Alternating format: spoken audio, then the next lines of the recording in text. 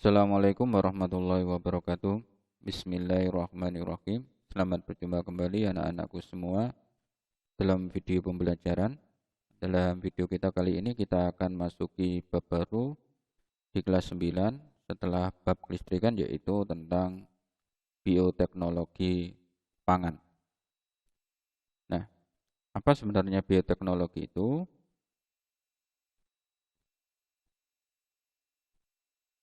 Nah, salah satu eh, hasil dari bioteknologi yang sering kita manfaatkan dalam kehidupan sehari-hari, contohnya adalah makanan tape. Nah, tape merupakan makanan yang pada proses pembuatannya itu memanfaatkan prinsip bioteknologi.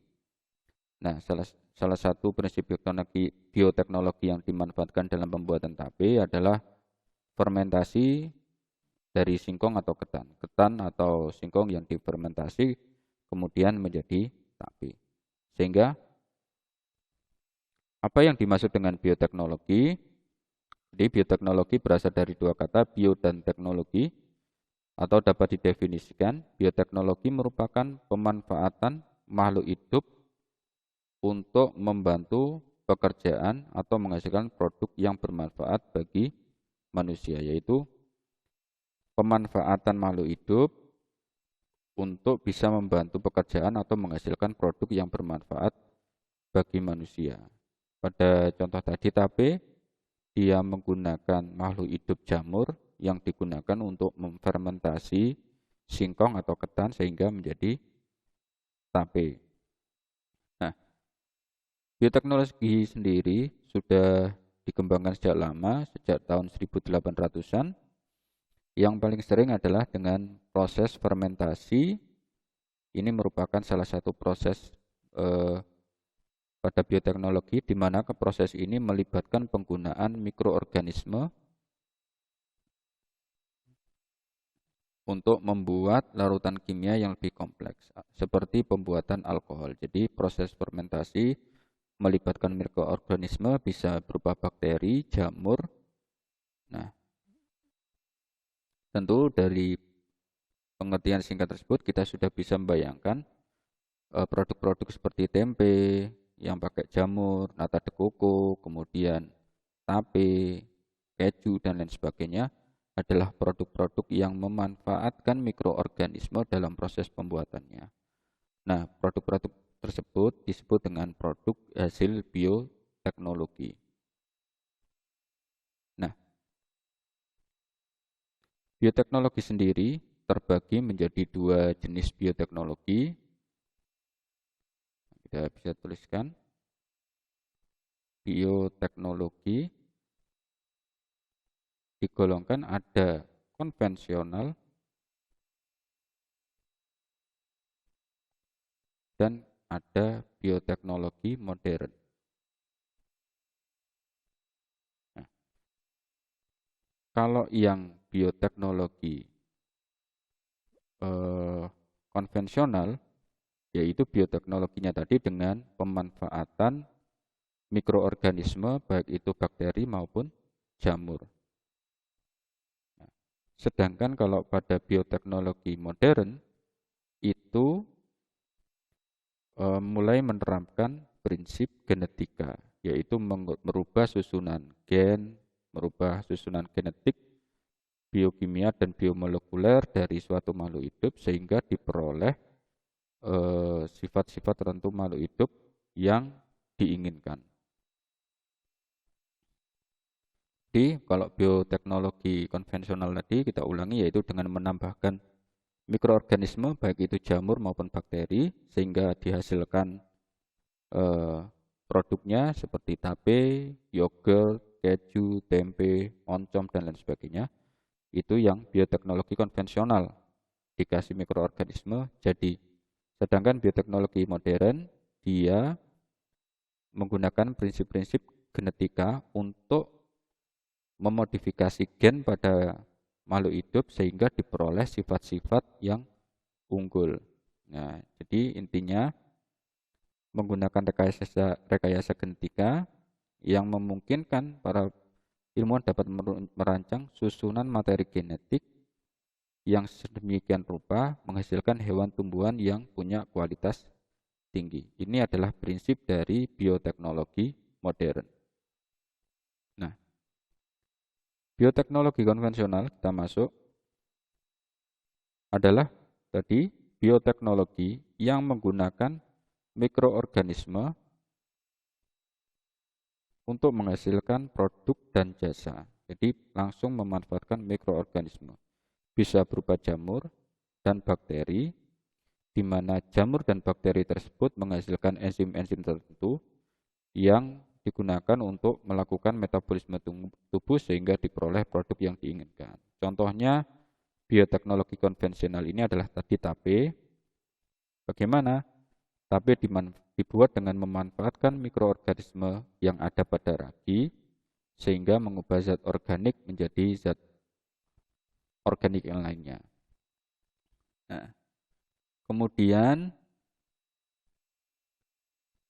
bisa juga selain dengan menggunakan ragi, menggunakan namanya khamir, yaitu suatu jenis jamur yang ada pada ragi. Jamur itu disebut dengan Saccharomyces cerevisiae. Itu kalau dicampurkan pada tape, maka akan menghasilkan proses fermentasi. Nah, itu contohnya. Nah, proses fermentasi pada tape itu secara umum dilaksanakan seperti bagian di bawah ini. Jadi yang pertama, zat yang ada pada singkong itu adalah amilum. Nah, kemudian dengan penambahan mikroorganisme tadi, amilum oleh mikroorganisme tersebut diubah menjadi glukosa, kemudian menjadi alkohol dan menghasilkan asam cuka sehingga tape menjadi berasa asam. Nah, proses pengubahan amilum sampai menjadi asam cuka seperti ini disebut dengan fermentasi pada tape. Nah, jadi proses fermentasi itu pada intinya adalah pengubahan zat amilum ini sampai endingnya menjadi asam cuka tadi, menjadi molekul yang lain. Nah, banyak sekali selain tape, produk makanan atau minuman yang menggunakan proses fermentasi dengan memanfaatkan mikroorganisme. Kita lihat, yang pertama ada yogurt. Yogurt itu adalah hasil fermentasi susu, yaitu susu yang diberi mikroorganisme apa? Bakteri Thermophilus, Streptococcus thermophilus atau Lactobacillus burgharicus. Jadi susu biasa yang kemudian dikasih bakteri, kemudian terjadi fermentasi dan menghasilkan produk yang dinamakan yogurt. Nah, efek fermentasi pada yogurt adalah pecahnya protein pada susu yang menyebabkan susu menjadi kental. Nah, jadi gunanya si bakteri ini tadi adalah memecah protein pada susu sehingga si susu ini yang awalnya encer menjadi kental yang kita sebut dengan yogurt. Nah, kemudian selain yogurt ada lagi produk olahan dari susu juga yaitu keju. Yaitu menggunakan bakteri Lactobacillus burgharicus dan Streptococcus thermophilus. Sama, yaitu memisahkan zat padat pada susu melalui proses pengentalan atau koagulasi. Jadi susu kemudian dikasih mikroorganisme sehingga terjadi proses fermentasi, mengeras kemudian menjadi keju.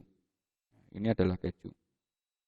Kemudian selain keju ada juga tempe. Ini yang sudah sering kita lihat, kita manfaatkan, yaitu dengan menggunakan bantuan jamur Rhizopus oryzae dan Rhizopus oligosporus. Itu caranya biji kedelai dikukus, kemudian dicampur dengan ragi yang mengandung jamur ini, kemudian dibiarkan beberapa waktu sehingga tumbuh jamur-jamur seperti ini, kemudian menjadi tempe. Kemudian ada juga kecap. Kecap merupakan produk hasil dari bioteknologi konvensional dengan menggunakan jamur Aspergillus wendti. Samad terbuat dari kacang kedelai, kemudian difermentasi dengan jamur Aspergillus wienti. Kemudian si jamur Aspergillus wienti ini akan merombak protein menjadi asam amino dan komponen-komponen lain sehingga dihasilkan produk kecap. Selain itu ada roti juga. Biasanya dalam buatan roti diberi ragi juga, bisa kita sebutnya, atau khamir atau yeast. Kemudian ini akan membantu roti untuk mengembang. Kenapa adonan roti diberi ini? Agar dengan diberikan khamir atau yeast ini atau ragi, maka akan terjadi proses fermentasi sehingga menghasilkan karbon dioksida, sehingga mengakibatkan apa? Adonan menjadi mengembang dan membesar, sehingga roti menjadi tampak lebih besar. Itu karena ada proses fermentasi yang melepaskan gas karbon dioksida pada proses adonan roti. Kemudian ada juga minuman beralkohol. Kita tidak bahas tentang minuman beralkohol. Nah, selanjutnya setelah dari bioteknologi konvensional kita masuk ke bioteknologi modern yang tadi yaitu dengan memanfaatkan rekayasa genetika atau mengubah gen pada makhluk hidup sehingga diperoleh sifat yang diinginkan. Nah, tujuan-tujuan dari penggunaan bioteknologi modern yaitu meningkatkan produksi tanaman budidaya, bisa juga untuk mengurangi pemakaian bahan kimia. Karena apa? Karena dengan merekayasa genetik itu kita mendapatkan tanaman yang lebih tahan pada hama misalnya. Nah, bagaimana cara mengubah materi genetik? Manipulasi materi genetik dapat dilakukan dengan cara menambah atau menghilangkan gen tertentu. Sehingga misalnya ada sebuah mangga yang punya gen rasa asam, tapi buahnya besar. Kita menginginkan agar si mangga itu buahnya tetap besar tapi tidak ada asamnya. Maka gen rasa asam dapat dihilangkan dengan rekayasa genetika ini. Nah, contoh pemanfaatan dari bioteknologi modern seperti yang pertama adalah tanaman transgenik. Apa tanaman transgenik? Adalah tanaman yang mengalami perubahan susunan genetik dalam tubuhnya.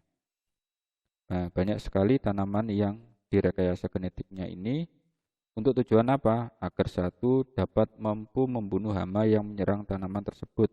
Nah, jadi agar tanaman tersebut lebih kebal terhadap hama. Ini contohnya.